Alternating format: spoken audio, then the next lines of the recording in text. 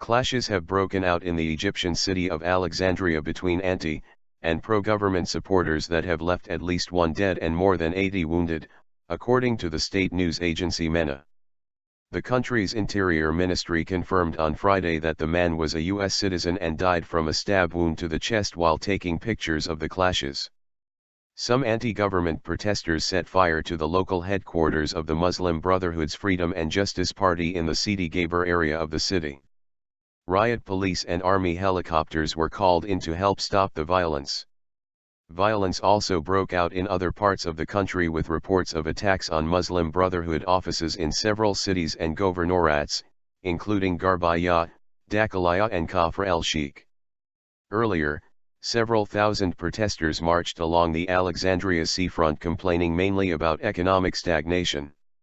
There are no services, we can't find diesel or gasoline.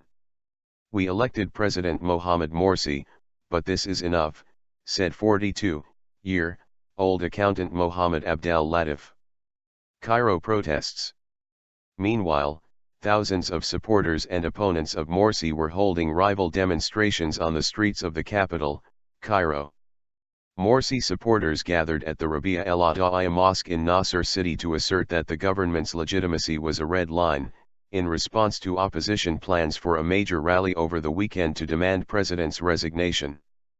Thousands of Morsi backers filled the street outside the mosque, chanting religious slogans. "It is for God, not for position or power," they shouted. "I'm here to defend my voice. If you want Morsi to leave, that's fine, but after 4 years," said Tahir Mohammed, manning a stall and selling pro-Morsi gear at the rally. Naeem Ghanem, another Morsi supporter, accused the opposition of working with the US and Israel. "Don't believe that everyone is against the president, 90% of the people are with Morsi," he said. Hundreds of opposition protesters have gathered in Tahrir Square, demanding the president's resignation, ahead of a separate major demonstration planned on Sunday, a year after President Morsi took office. The opposition activists have been holding a sit-in in the Tahrir Square, the iconic epicenter of the protest movement that ousted former President Hosni Mubarak in 2011, since Tuesday. Deepening divisions among ruling Islamist and the largely secular opposition have heightened tensions in Egypt. Civil war. For the past several days, Morsi's opponents and members of his Muslim Brotherhood have been battling it out in the streets of several cities in the Nile Delta in violence that has left at least 4 dead and more than 400 injured. Morsi's Muslim Brotherhood group said all the 4 people who died in Mansoura city were its members. "Some people think they can topple a democratically elected president by killing his support groups," Gihad el-Haddad, a Brotherhood spokesman, wrote on his Twitter account. Many fear the clashes are a prelude to more widespread and bloodier battles on Sunday. In a sign of the charged atmosphere, a senior cleric, Sheikh Hassan al-Shafi, from Al-Azhar, the country's most eminent Muslim religious institution, warned of the possibility of civil war after the street clashes in the Delta.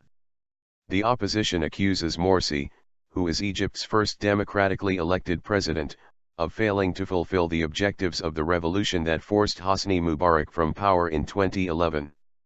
They accuse the ruling Islamists of focusing on consolidating power and failing to address Egypt's economic and social problems. The army, which heated mass protests in early 2011 to push aside Mubarak, has warned it will intervene again if there is violence and to defend the will of the people. Morsi's supporters have vowed that he will complete his 4-year term, which ends in 2016.